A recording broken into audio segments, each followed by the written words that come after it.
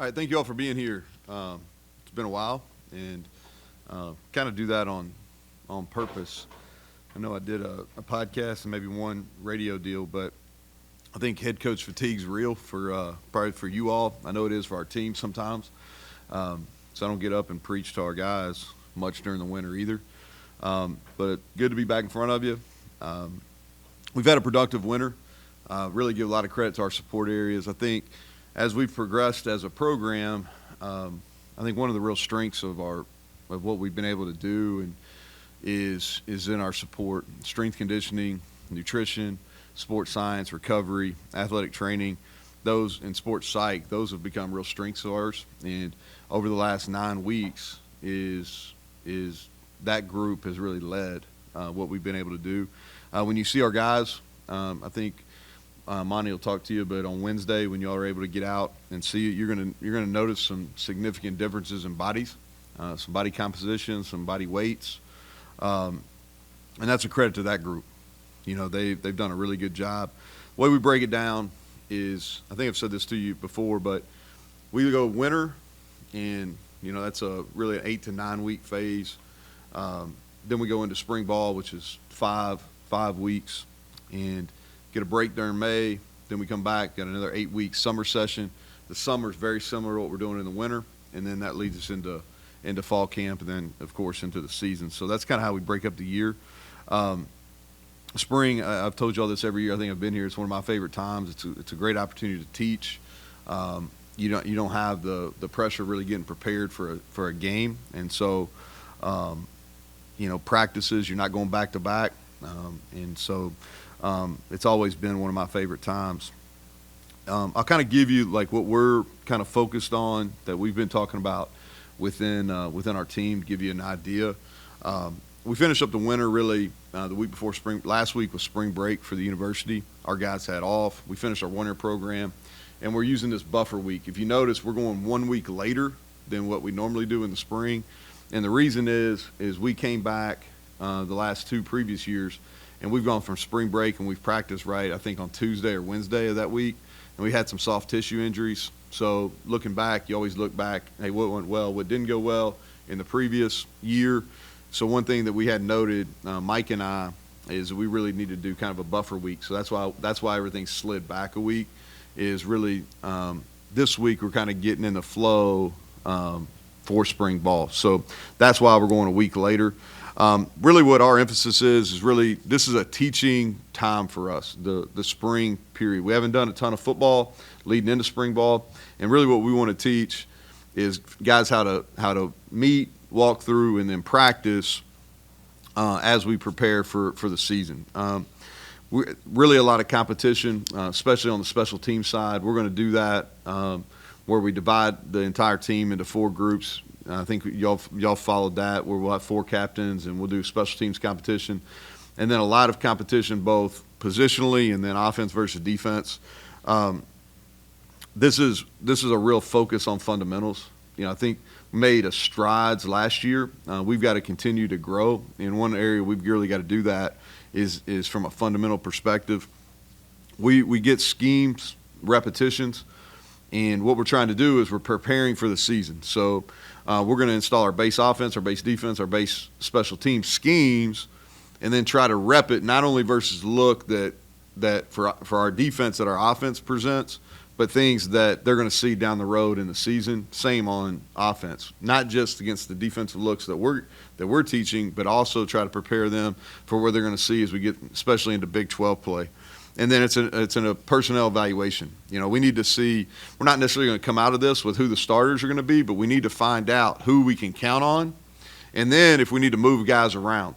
And then especially on defense, what some of our sub packages look like. So, and then we need to stay healthy. I had a couple injuries last spring, and we need to avoid those at all costs. I think some of that's on us as coaches and with Mike as far as making sure we're practicing the right way. Then some of that's on our players as well to make sure they're taking care of their bodies and to make sure they're staying off the ground, et cetera, when we practice.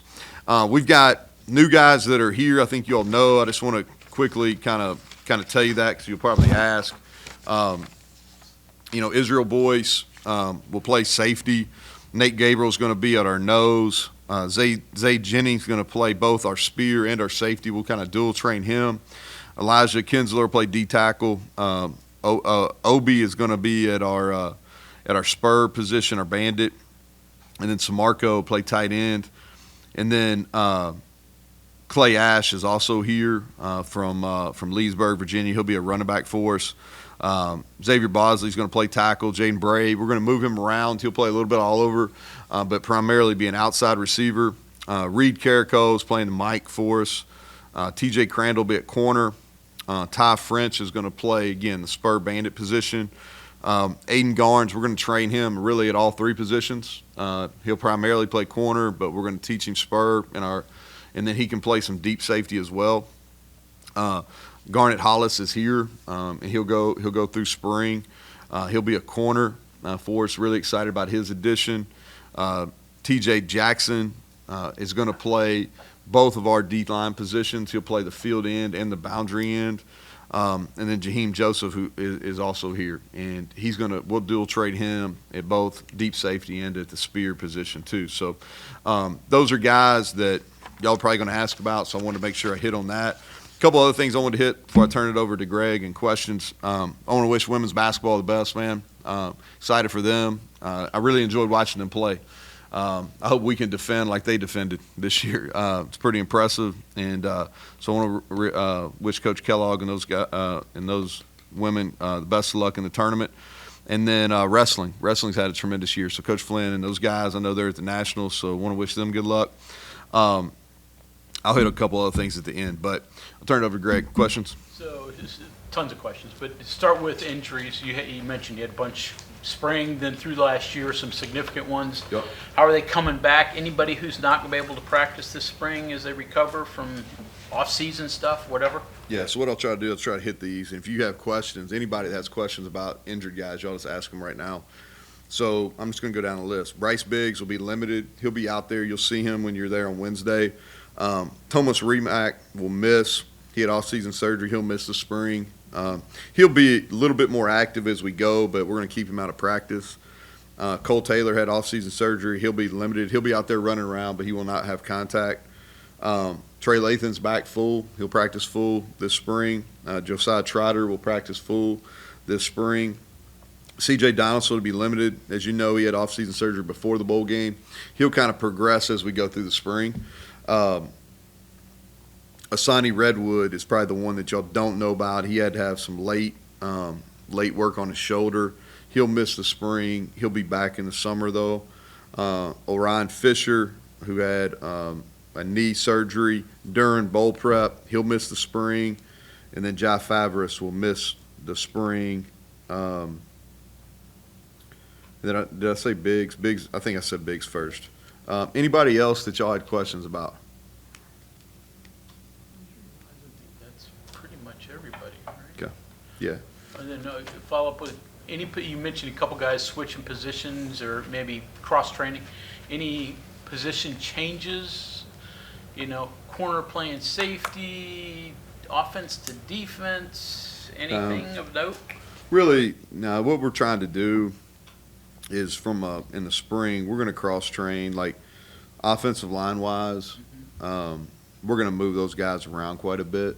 You'll even, when you come out to and see practice, you'll see Wyatt taking some center and guard reps, just because I think it's important, where he's going to play at the next level. He has some film on that.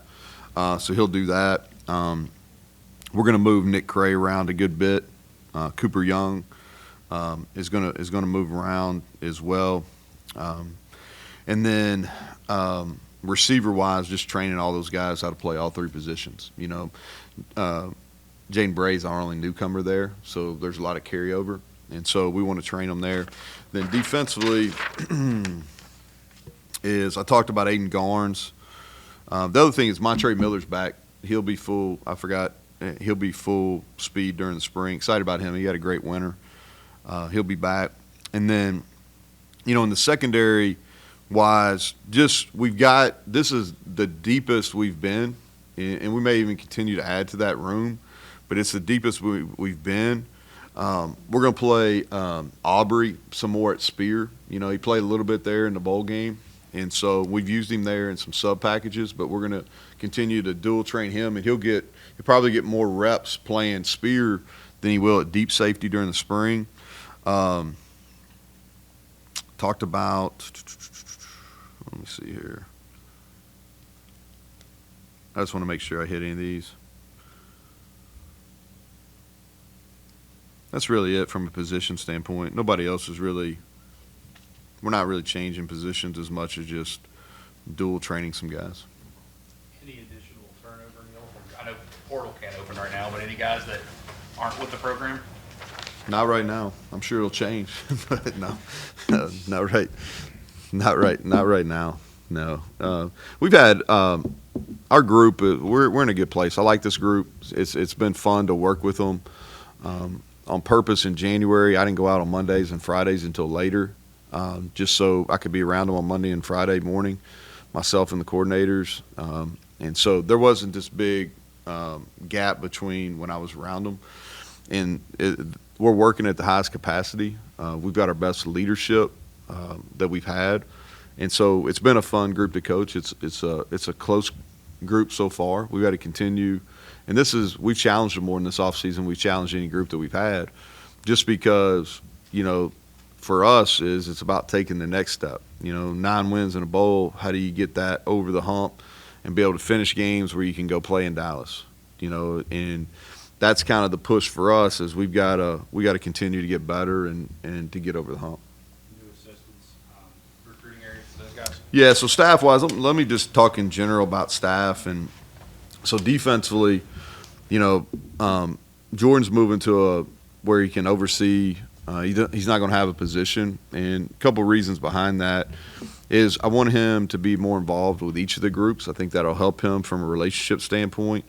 And adding Vic Cabral, which I'm really excited about. He's coached in the style of defense that we're running, and he's been really productive. His units have been really productive, especially rushing the passer, and I think that's something that we've got to get better at. And our overall TFL number sacks have been pretty good, but we need to win more in one-on-one situations. I think he'll really add to that.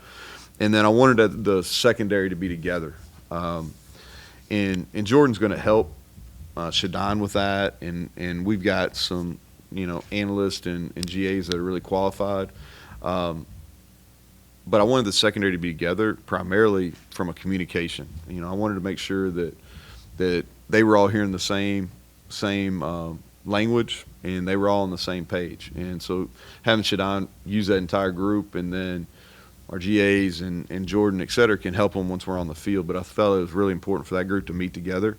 And then offensively, Tyler Allen earned the promotion there. He's had an integral role in developing both Garrett and Nico, and he's helped us in recruiting, and he's ready for that. I'm excited for him. And then we brought Ryan Nealon back to be in Tyler's old role, as my assistant and really the analyst for offense. So from a recruiting perspective, Vic is really going to concentrate down in the Carolinas, which is where he was at App, and that's where he recruited when he was at Georgia Southern as well. So he's got a lot of experience there. We've got some momentum down there in that area. We've had quite a few of those kids up in January.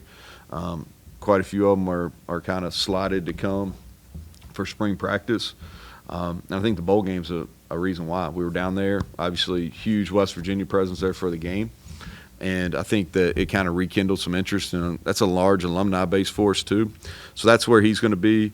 Tyler will primarily focus on quarterbacks, and then we're still shifting areas a little bit, but I'll get that. I'll make sure I'll kind of talk where we've kind of moved those areas around too. I'm just making a note. You mentioned, and double check, Hollis and Joseph are here. They're here. So when did they get here? How do you so, get a guy here? So we have a spring. I don't know what it's called. It starts in March. It's like a accelerated term. They both graduated. So at Northwestern, they're on a quarter system, and so they graduated right there. So they finished up, and we were able to get them into grad school here during the term for us. It starts in March. What's that called? A mini-mester, maybe? I don't know. I mean, because they're It'll help. guys usually Yeah, well, get those guys have contribute. played a ton of football. You know, they played a lot of football, and they played quality football in a tough league.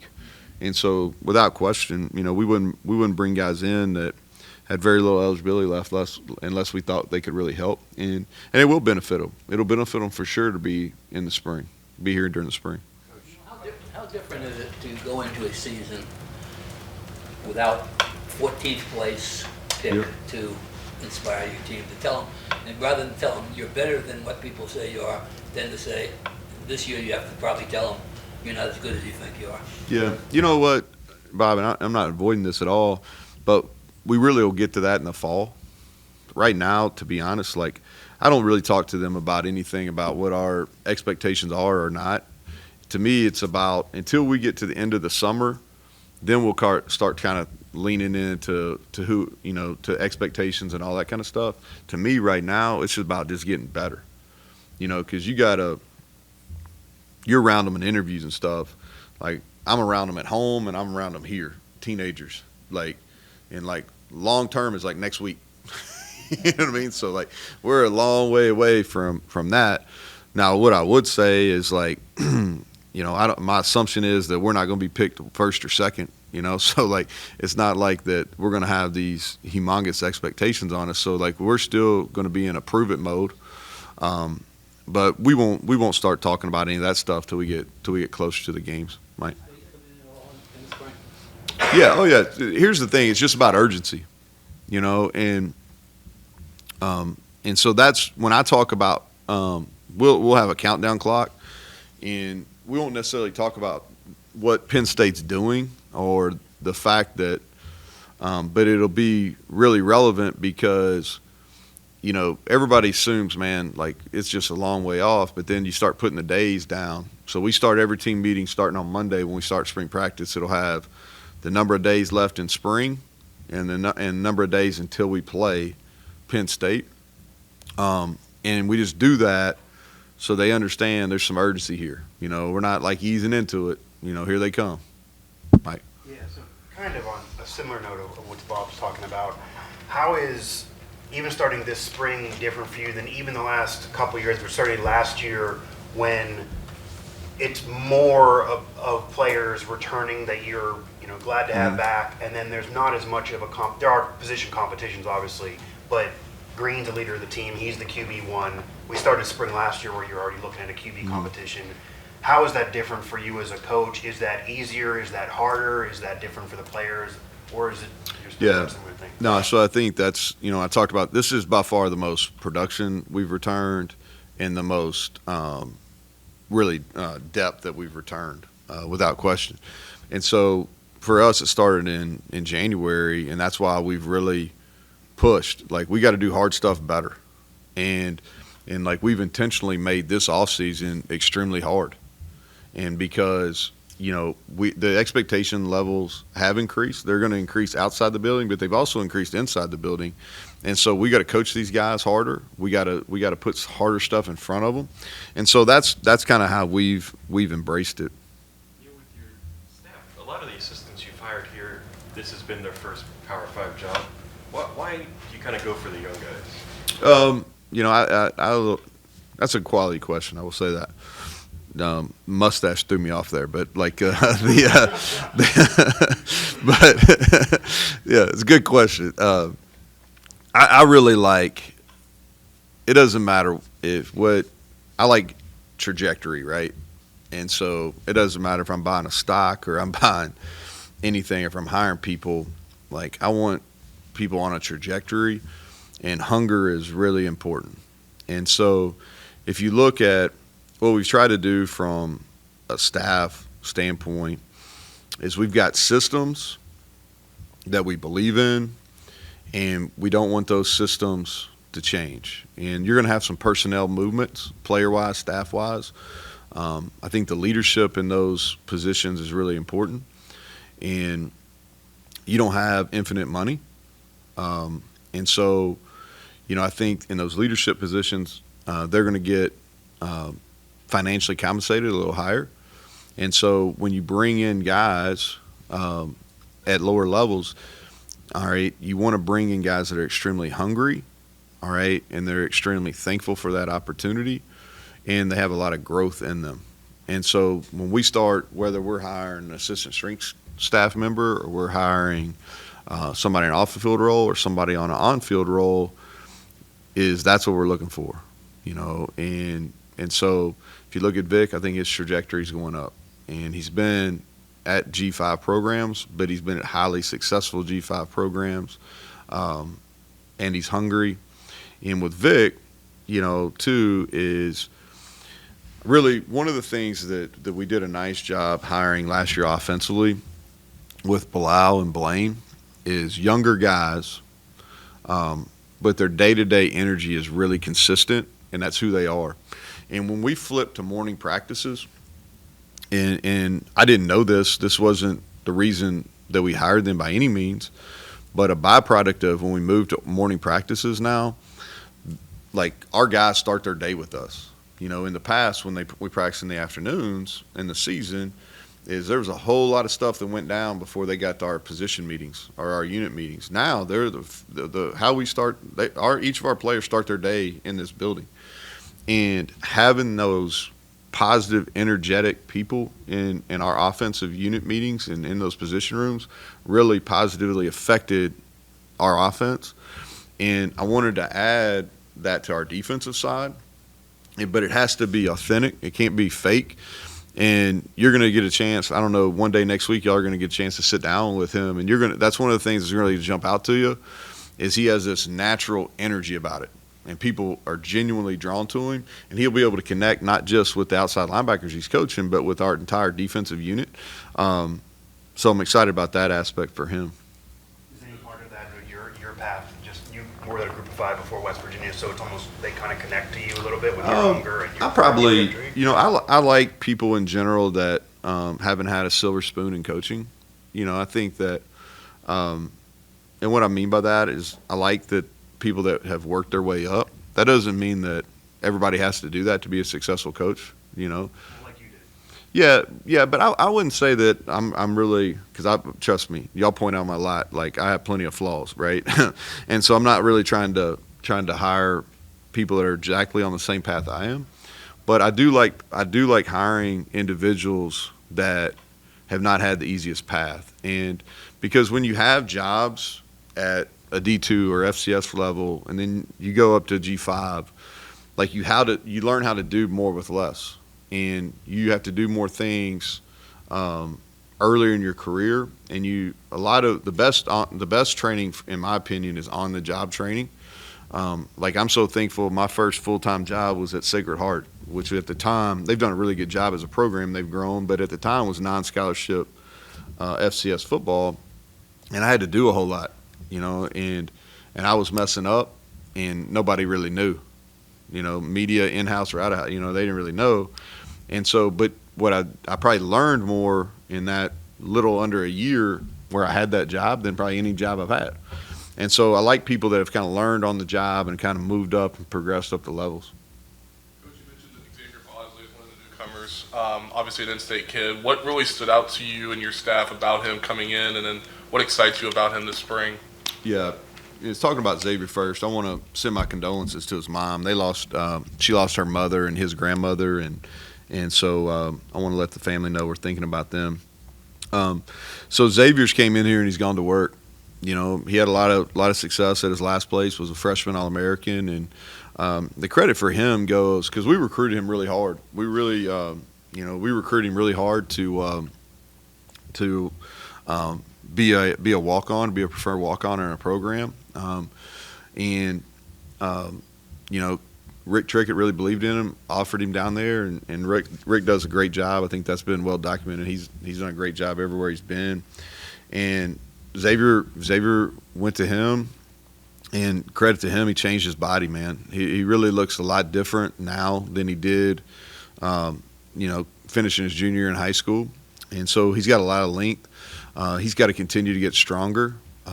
We feel strongly he's going to play tackle, and he's going to be in the mix. He'll be in the mix, and he's going to get a ton of reps. And we feel like he's going to have the opportunity to be a great player for us.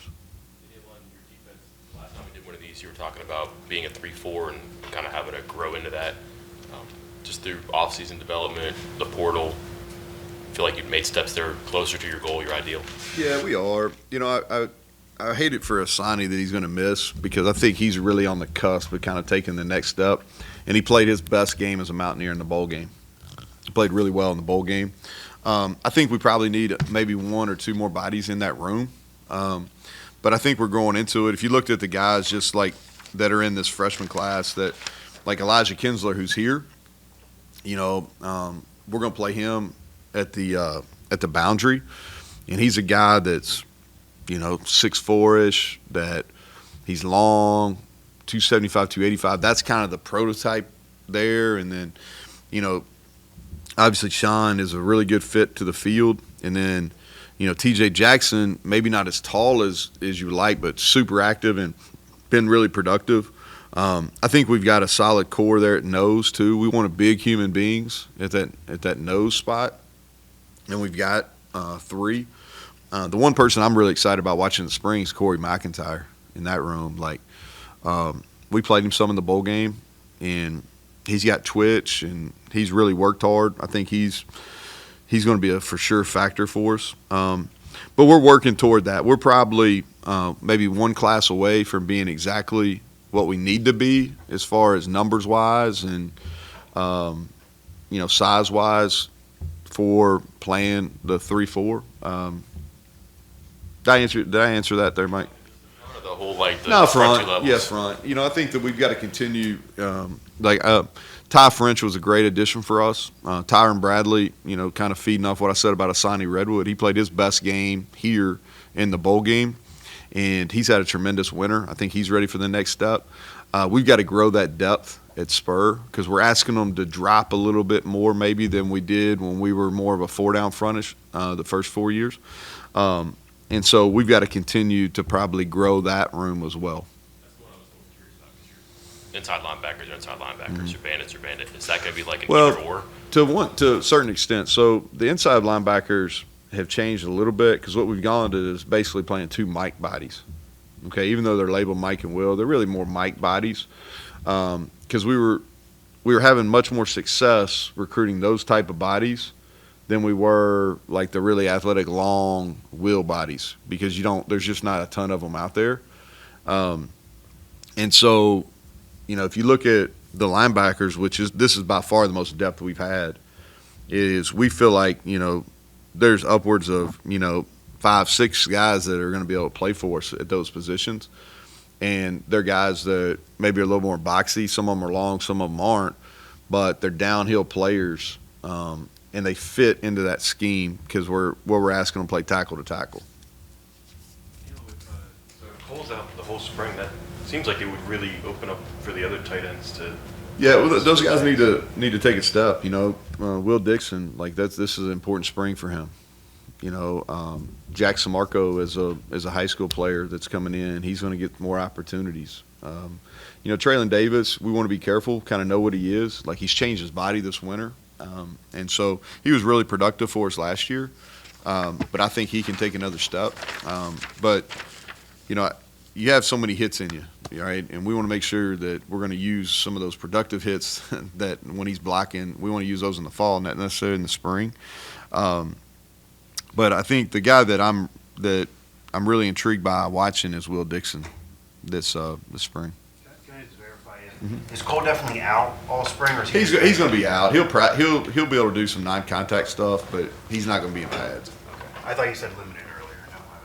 No, And what I mean is, like, he'll progress to doing some routes on air and doing some individual stuff. So you'll see him out there running around in his jersey, but he's not going to be in full gear by any means. Josiah Trotter, you mentioned he was going to be Is that a guy you're excited to see? Oh yeah, he's probably is bigger recruits we've had here, and so I really believe that he would have been a significant factor for us last fall as a true freshman if he didn't get injured. And so, and it's been fun to watch. You know, like, obviously he comes from a strong background with his father and his brother, but he's prepared. Last year he prepared like he was playing every week, even though he was clearly going to miss the season. And so I know he's probably itching to get back on the field as much as anybody in our program. Yeah, go. With the spear. Mhm. I know you mentioned possibly playing Aubrey there. Who else is in the mix there? Joseph and Yeah, so we're gonna Riley Collins back, had his best winter. We're gonna play. We're gonna move some guys around doing that. Zay Jennings can play a little bit. Avery Wilcox is gonna be down there. We're gonna, when we get into our dime stuff, it'll be another corner that moves in, and so just gonna really try to find like who are the best guys. And where I'm excited to see Aubrey down there is because he's proven that he can come off the edge and blitz. And we weren't as good at that last year. When Tyke was here, he really did a nice job with that. We used him because he was really productive off the edge. But we really haven't had that blitzer. But Aubrey's got a really kind of a natural feel for that. And so I think that can be a bump to if we can do that. Garrett and Nico, what do you ask them to do this spring? I mean, areas they need to improve. Yeah, and I'll say this too. I mentioned Xavier and Garrett. Garrett lost his grandfather at the end of last week, and so that's his dad's dad, and they were really close. So Garrett's actually going to miss our first practice. He won't be here on Monday because he's going to his grandfather's funeral in Miami. So again, our thoughts are with his family. For Garrett, it's all about accuracy, and he's done a great job this winter with our people here, but also with his quarterback coach that he works with on his own. And he's got to get his feet in a better position. Some things that we really knew what the issue was last fall, but those things you can't fix those in a week. And we really, what we did at the start of January, we really kind of attacked this as a 9-month. Like we had played the last couple of days in August, so we've got that whole time to get ready. And there's going to be some ups and downs, because he's changing some things with his feet and some of his arm angles and things like that.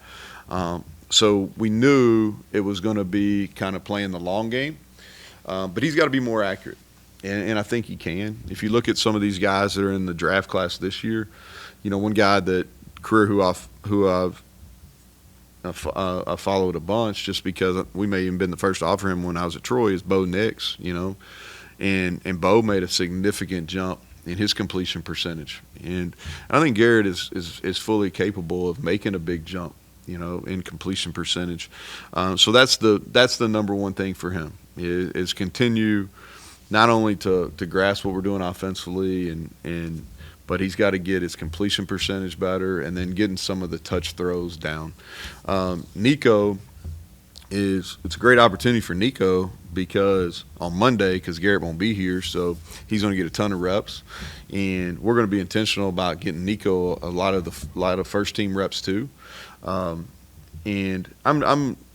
it's going to be like he is much more comfortable, as a college football player.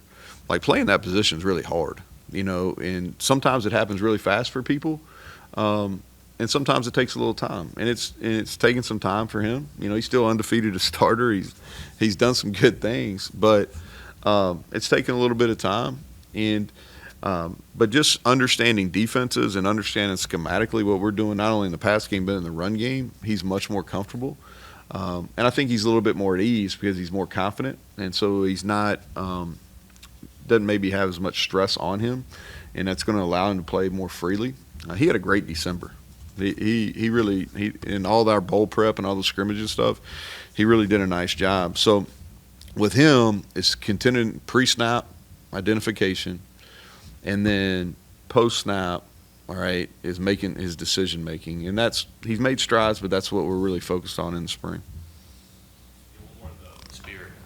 No linebackers in there? It's all going to be defensive backs, hybrid Yeah, backs? it will until they get some 12 personnel. Then we'll add a linebacker, but it'll be one of those guys that are like we can slide out and we could play Trey Lathan out there if we're getting a 12 or 21 personnel look. Does that make sense? More. That's kind of what I was getting at. Yeah. I'm confused by this.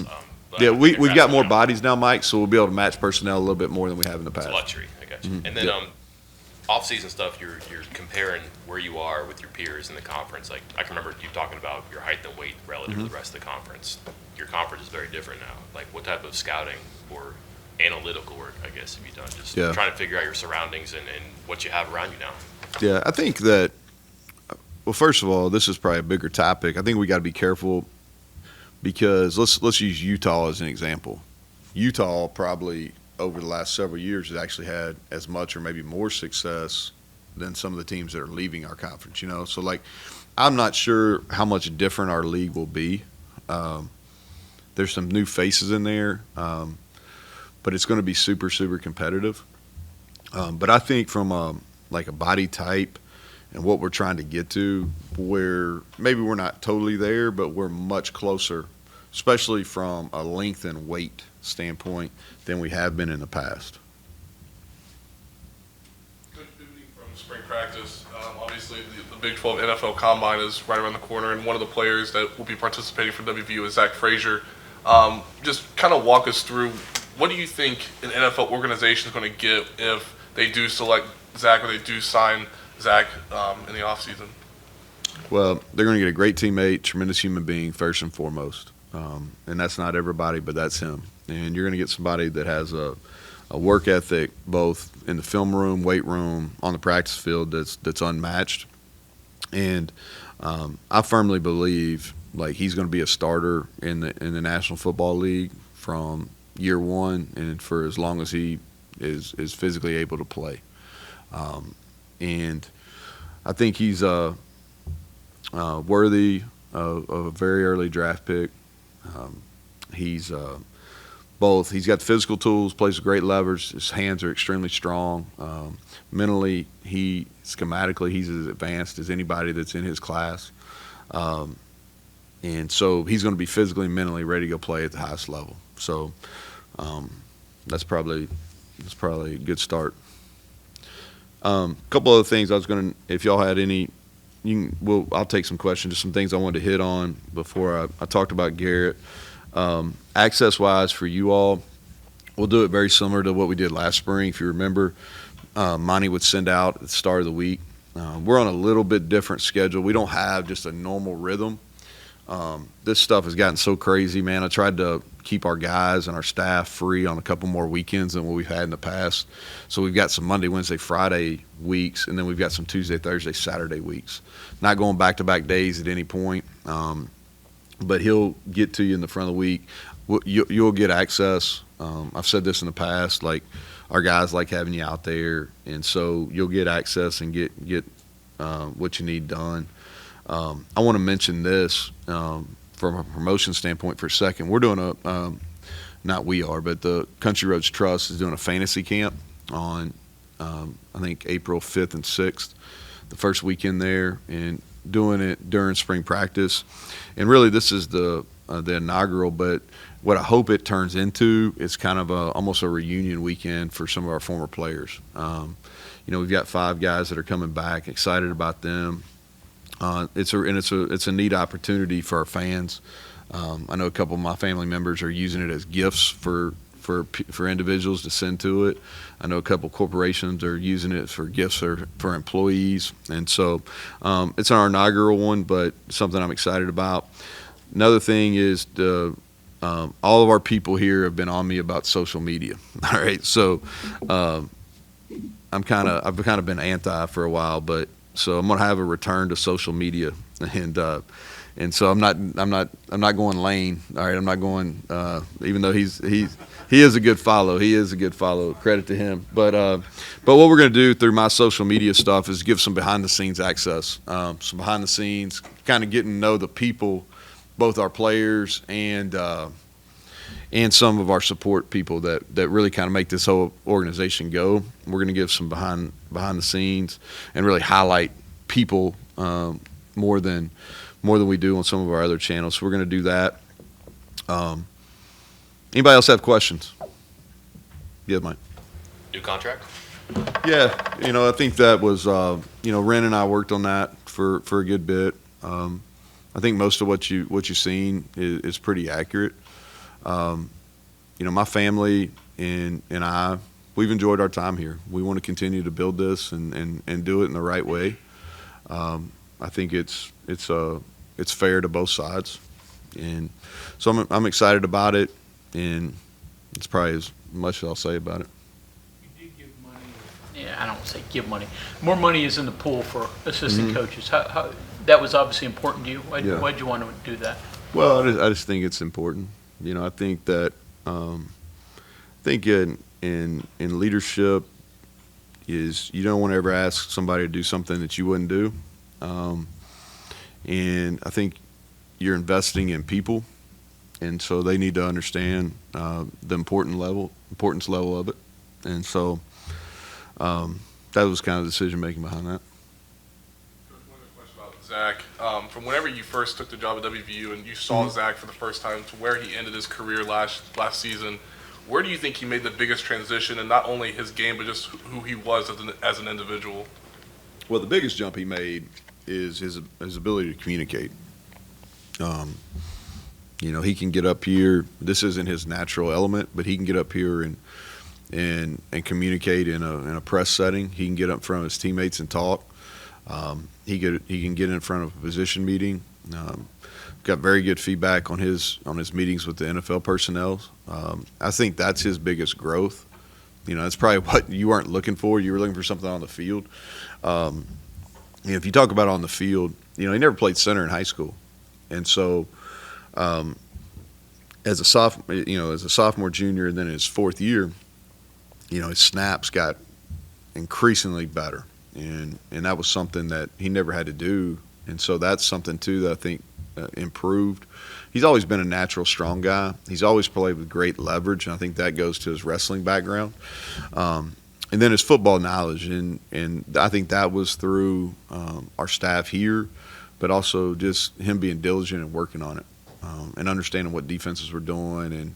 And we probably did as good a job as I've ever been around is getting our people on the most dangerous defensive threats, and he's making those identifications. Anybody else? All right. Thank you all.